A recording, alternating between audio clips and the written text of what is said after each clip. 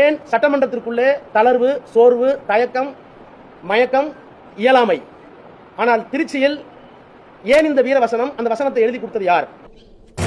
Stalin star, உங்களுக்கு எனக்கு தான் போட்டி, மற்றவங்க எல்லாம் அலுசு இல்லைங்கல்ல.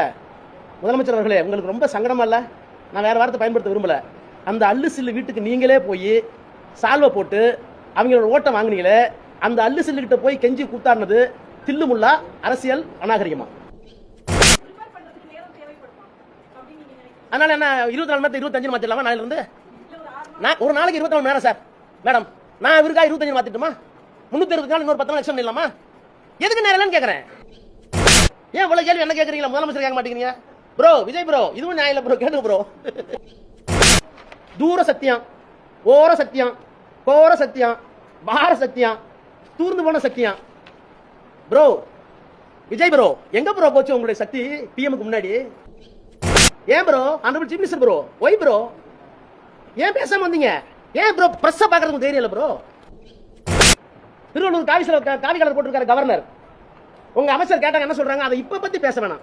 எப்ப பேசுவீங்க? திருவள்ளுவர் எங்களுடைய இனத்தினுடைய, மொழியினுடைய, கலாச்சாரத்தினுடைய அடையாளம்.